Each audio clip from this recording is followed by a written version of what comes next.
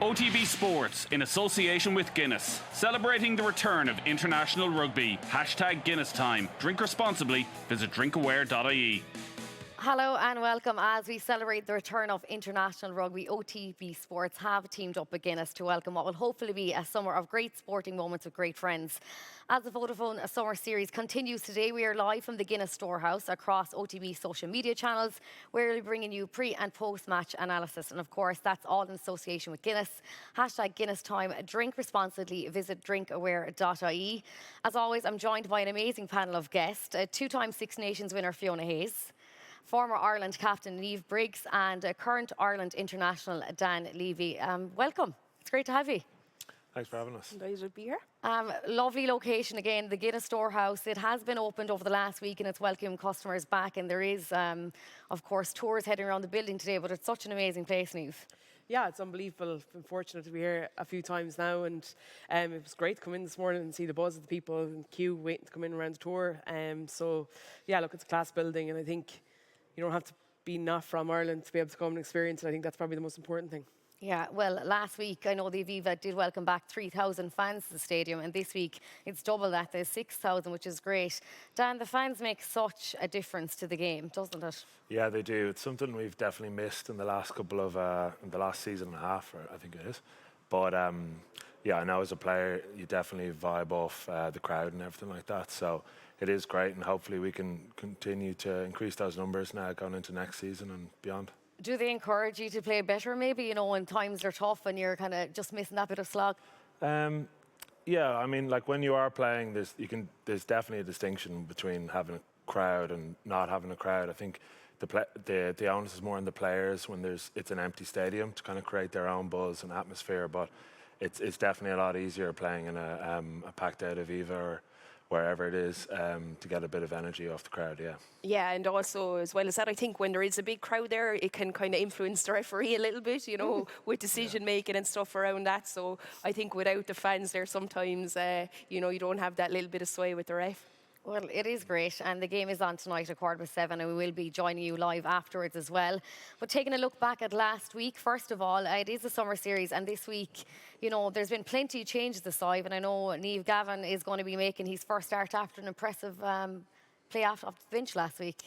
Yeah, absolutely. I think he's had a stellar season, to be fair to him. I think he's obviously Munster's top try scorer, but it's his natural raw ability, I think, that makes him stand out.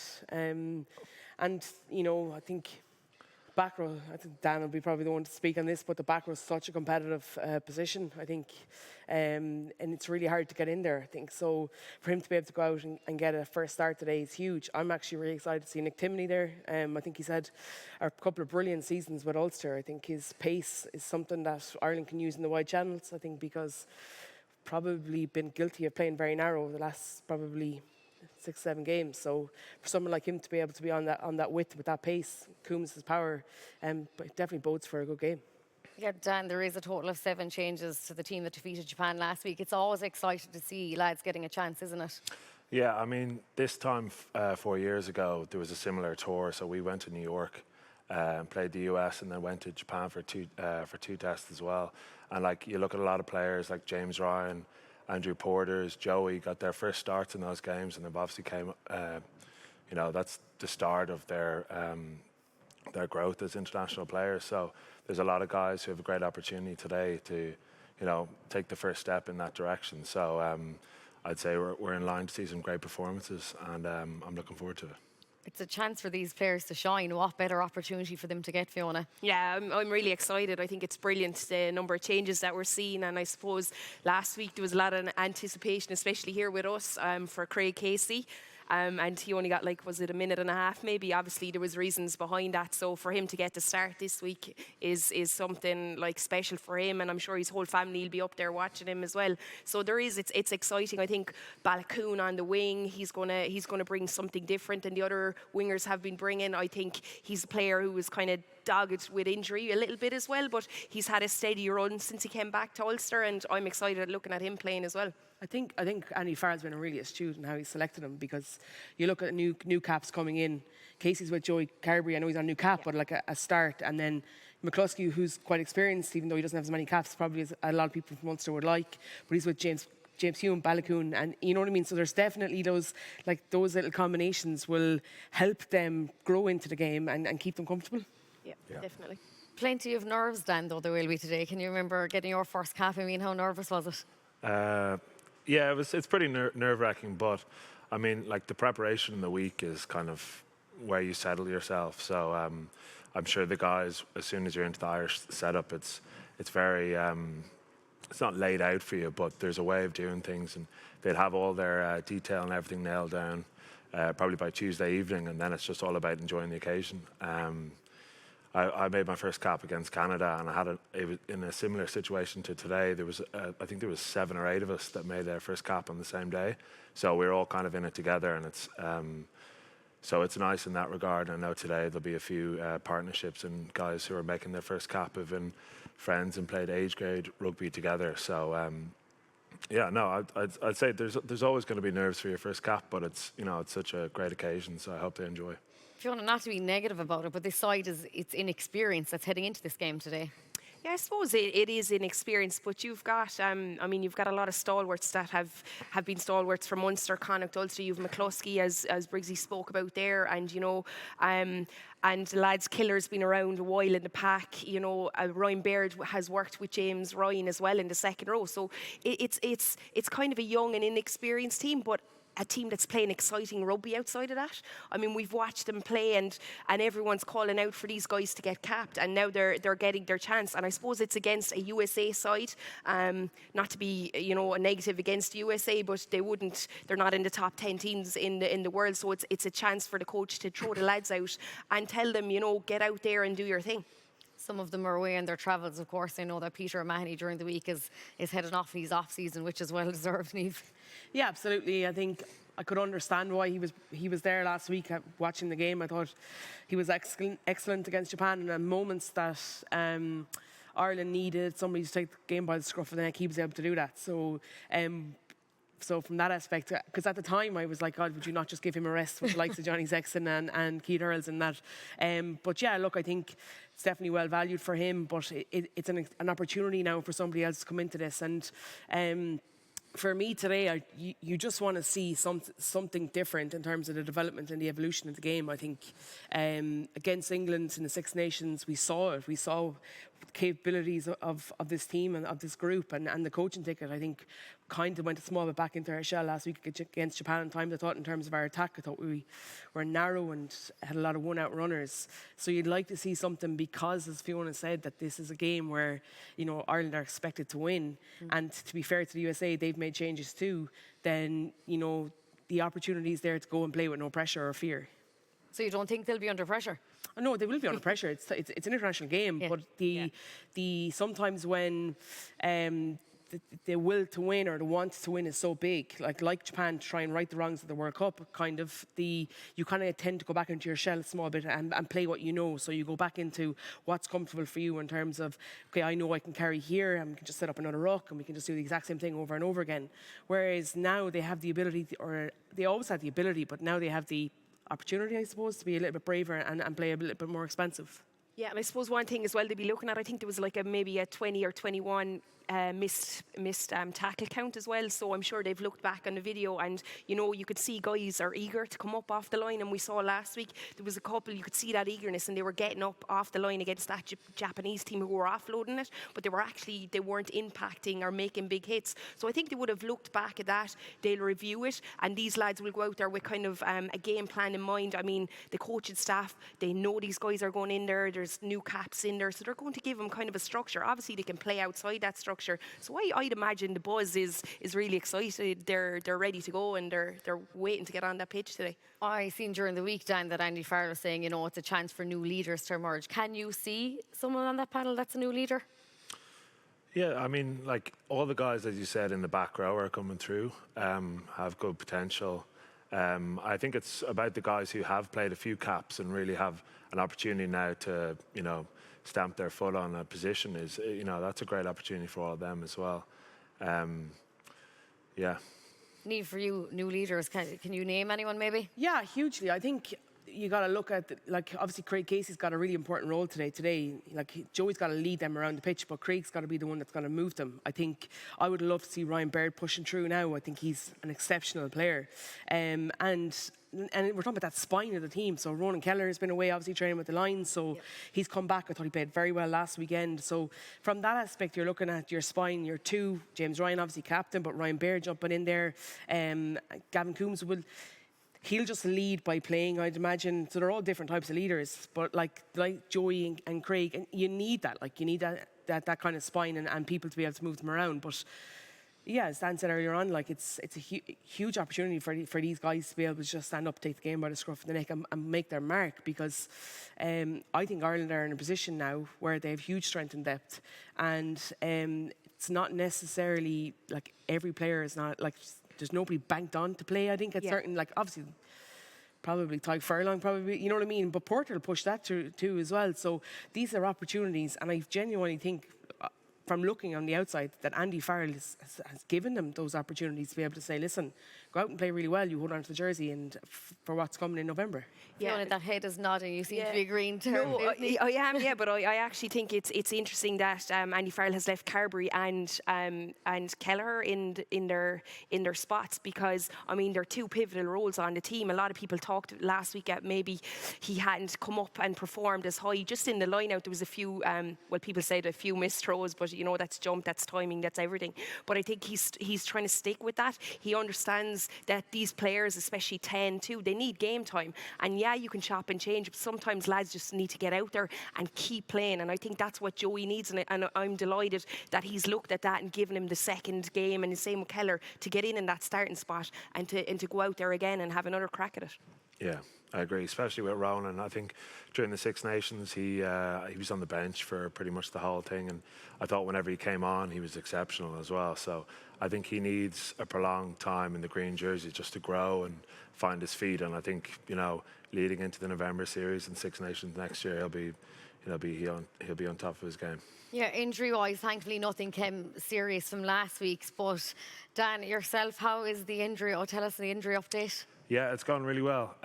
So I had a preventative kind of small operation around March last year. It's pretty disappointing timing, as I was just kind of feeling my body coming right and kind of, getting my legs back and stuff. And I think it was just after the Scarlets game, and I thought it was actually probably one of my best performances of the season. And then just to get a call from my doctor telling me that we had a kind of a preventative, or not a preventative, but we had a speculative scan, and he just told me we have to get this done now instead of we were hoping to do it at the end of the season. So pretty disappointing in that front, but the recovery now this time, it feels a lot better. Definitely very, very positive now for next season. I'm back running and everything, so I should be ready to go for our pre-season starting next week, which is daunting enough. It was a tough setback though, because you were just back from injury, and I do remember that injury because you were very disappointed in 2019. I remember your social post, you even said it was haunting your thoughts, and that's very difficult for us to read, but for you to say, it must have been really difficult. Yeah, I mean, for the whole year I had a few soft tissue injuries running up to the Six Nations that were kind of niggly things that I just couldn't get on top of. It's probably over eagerness from me to get back. So it was disappointing, but at the end of the back of my head, I was always thinking it's all about the World Cup now anyway, so it doesn't matter if I miss these things so long as I'm fit and ready to go for Japan. So yeah, it was disappointing, timing and stuff, but I was a long road back, but it's a story, and I'm just looking forward to kicking into next season now. You must be mentally very strong after all that. Yeah, well, listen, it was very tough, I'm not going to lie to you. But, I've got a great friends and family group around me. The guys have been brilliant. My physio, Carl Denver, I can't explain to you how hard he's worked with me. So it was a long old journey, but I feel like we're coming to the end of it now. Starting to feel really like myself again. So, as I said, just can't wait to kick in now for next season. Brilliant. Both ladies, we're delighted that you are back on track. The ladies, of course, you're coaching at the moment. And Niamh, how are things getting on for you? I know you're a appointed coach, but as a coach and looking at things today, would you be excited to throw all those new debutants in together? Yeah, absolutely. I think I'm very much starting my coaching journey, but yeah, look, I think from that aspect, you 100% would. I think you've got to give people opportunities, and you don't know how good they are until you can put them into that international window. I think sometimes some players can look amazing at Pro 14 level or Champions Cup level in their provinces, and that could be just their ceiling. You never know until you give them an opportunity, and the more opportunities you give, the more kind of rough diamonds you're going to find. So yeah, I think it's really exciting. How did Fiona leave them for you? They're still crying. They have a cardboard cutout of her, and they carry it everywhere. So yeah, look, we're obviously devastated in the club to lose Fee, but it's gone on to bigger and better things with Ballincollig, I think, and they're very fortunate to get her, even though she's gone to The dark side. the dark side of Cork. Look, it's brilliant for her. It is great. I know we better look ahead to this evening's game. I know that last week. If you want to have a look back, maybe what do you think Ireland need to work on heading into tonight's game? Yeah, I suppose I spoke kind of earlier about defensive. I thought there was too many missed tackles, more so in the first half. I think they sorted out in the second half, and they definitely sorted their wit out in defence in the second half. They were very narrow defending and not coming up quick enough. So I think they'd probably look back at that, and that's just a tiny little systems check that they'd have to go amongst each other. And for me, a lot of eagerness as well off the line cost them a couple of penalties. So I would imagine they'll have a look at penalty count, especially with new caps coming in. You're going to be really eager, and sometimes we all know at that breakdown you can be a bit over eager. So they'll play that ref and see, they would have footage and see what they can and can't do. So I'd imagine they'd go through that. And I suppose we spoke of Kelleher as well, and a lot of people talking after that don't understand the game might be like, oh yeah, he overthrew, or there was this and that. That wasn't. I rewatched a lot of those lineouts, and look, it was just for me there was a lot of movement on the ground in the lineout when there didn't need to be. So Japan were good at getting up. I don't know if the USA will be quite as good in defensively in the lineout, but I think they'll look at that and he'll want to nail all those lineouts and have a maybe 90 to 100% success rate. We're looking at the US, of course. I know that is only their second game since the World Cup. We thought last week that Japan, because it would have been their first game since the World Cup, that they would have been a bit rusty, but they weren't. That wasn't the occasion for Japan. But it looked like it was last week when the US faced England, Niamh. Yeah, I watched it. I thought it's hard to kind of see the progression of USA at times. I think seemed to get themselves together coming into a World Cup, and then the following couple of years seemed to be really difficult for them. And it's their structures that they have in their domestic game over there aren't really conducive to be able to bring players through to an international stage. I think it's very different to Ireland. They get most of their players from the collegiate system as opposed to an academy structure. Obviously they've now got a proper league system that they've kind of put a lot of money into just starting this year, but a lot of their top teams have very few actual international or American players born and bred. They have recruited a huge amount of numbers from overseas, and that's to grow the game, and I understand that, but it probably does them in terms of the national team at its service. But look, and Fiona and I know Greg McWilliams used to coach with them up until very, very recently. He's probably one of the best technical coaches we've ever had with Ireland, and he's just come home back to Ireland, so they'll have missed him as well too, I think, to be fair, because his detail, his ability to nail that technical side and the skill side of the game is like second to none. So I think they'll definitely have missed him. Yeah, and even you're talking on that, and we've Luke Carty starting at 10, but he also isn't starting with LA at 10 because Matt Giddo is ahead of him. So he's the American starting out half, and yet he's not starting in his own club at home. So they want to grow the league, the MLR, isn't that what they've called it? And it's good to watch. It's entertaining to watch, but they need to start getting their own players playing a lot as well. Dan, it was a big loss. I know it was 43-29 to England, but there was positive signs in the second half. Yeah, 100%. I think, for this team now, this emerging USA team, I think they're just trying their combinations out, to be honest. Similar enough to Ireland in that aspect for this game. It's about giving your young players an opportunity and seeing what they can do, and then look to progress towards the next World Cup. But I know it's a long way away, but I'd say that's at the back of their minds now, definitely. Is a week enough of a time for players to kind of pick themselves back up after a loss like that? I don't even think it's. I don't even think it was a huge loss for them. Okay. I think the fact that they can take huge positives from scoring 29 points against England, I think they definitely have a few changes. The likes of like their biggest probably superstars is AJ McGinty, and you know he's not playing now, so they'll know that they'll have a few people to come back in. But so from that aspect, I think just this week it'll just be another week's training under their belt, because I don't think they have a huge amount of time together outside of that. I know that Gary Gold was actually smiling in the post-match because he said that they did most of their training in Zoom and they only spent 4 days together, Fiona. Yeah, that's it. And we were actually chatting earlier, myself and Briggs, about Paul Mullen. I mean, he was back stuck in Ireland during lockdown. I think there was videos of him herding sheep around the place on the Ireland Islands at some stage. So, you know, like he done a lot of work. I'm sure he worked hard, but he would have kind of had to contact his team through Zoom.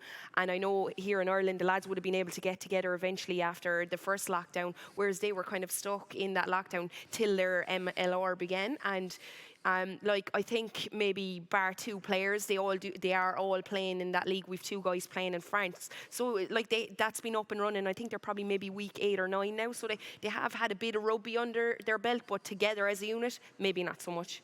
There is some Irish on the team. Paul Mullen and isn't it Luke Carty? Yeah, look, it's really exciting. I think Luke Carty's journey's really kind of a bit out there, but it's also a really good I suppose, role model for anybody who doesn't make it here, in terms of, you know, obviously Luke was born in America before they moved over here, Jack's brother, and very steeped in Buccaneers and Athlone, but Luke didn't make through the Connacht system after the academy and had actually signed to go to Australia, and then COVID hit in and he couldn't go, so he went over to America and picked up by the Glinties in LA and played basically 6 games and get selected to play first cap last week, start this week, and it's exceptional for him. So it's brilliant. It's great for his family. I'm sure they're going to all be there today. So it's brilliant. How exciting would it be to play your home country if you want to? Yeah, I suppose it's exciting. You might, I don't know, my family mightn't be so happy now if I was on the other side. But no, I'm sure they're delighted for him. I mean, if he wanted to be a professional rugby player, that's probably his goal. And, you know, I'm sure it's very disheartening to hear that when you've trained for so long growing up. So for him to go and actually carve out a career for himself and to make a national team is amazing. And I'm sure his family are going to be cheering the loudest up in the Aviva.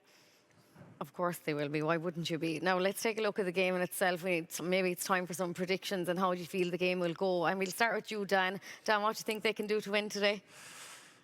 You're looking for a score prediction here? Or well, you can just tell me what you think, Ireland, how you can. I can put in a score prediction, or even if they'll win, we'll do. I'm notoriously bad at these. Right, I reckon okay. it'll be probably like 40 points to 10 for Ireland. Okay. But I'm bad at this. So Really? I don't know. Yeah, well, really you are bad. coming back afterwards, Yeah. so we can ask you a prediction. Yeah, no. Yeah, I was Someone actually else will close last week. I said by 10. My mother pointed out, you were the closest. You were better than Devin Toner. So I was delighted with myself. But yeah, I think there's going to be wing full back. I'm looking excited to see Hugo Keenan again. So I think it'll be high scoring game for Ireland. I'd say I'm going to go about maybe 35-7. I am not nailing the score to the max. I'm just going to say Ireland are going to win, and Plus. It'll be plus. They'll definitely win by 20 points or more, I think. Okay. Neve was the clever one there, lads. Not Of course.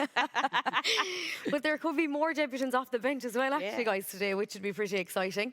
Yeah, I'm looking forward to Wycherley. I can't wait to see him out there. He offers that kind of that doggedness at the There are more breakdown. players outside than outside of Munster, by I the way. know, just I saying. know. She was the same last I week. was not. Another one is Paul Boyle. I mean, he's put in such a big shift with Connacht this season, and you know he's really earned his spot from performances. I've watched him in amazing, and so he's definitely someone that will come on. And I suppose he'll go into that eighth slot, and he'll be exciting to watch as well. Big ball carrier. Who are you excited to see, Dan? I was going to say Paul Boyle. Okay. Yeah, he'll be great off the bench, and there's going to be a lot of new debutants anyway. So pretty much any of them. I think Balakoon on the wing could have a great game as well. I mean, he's an incredible athlete, and you can see what he can do one-on-one. So it's just about getting the ball to him in space, and hopefully he can run in a few tries on debut. Great. We will be back afterwards for, of course, post-match chats with the guys. But as we celebrate the return of International Rugby, OTB Sports have teamed up with Guinness to welcome what will hopefully be a summer of great sporting rugby moments. And the Vodafone Summer Series continues today. We are live from the Guinness Storehouse, which is an amazing, amazing place to be live from, across OTB social media channels, and we're bringing you post-match analysis straight after the game. So do join us. So that is all in association with Guinness. Hashtag Guinness Time. Drink responsibly. Visit drinkaware.ie. We'll chat to you later. OTB Sports in association with Guinness, celebrating the return of International Rugby. Hashtag Guinness Time. Drink responsibly. Visit drinkaware.ie.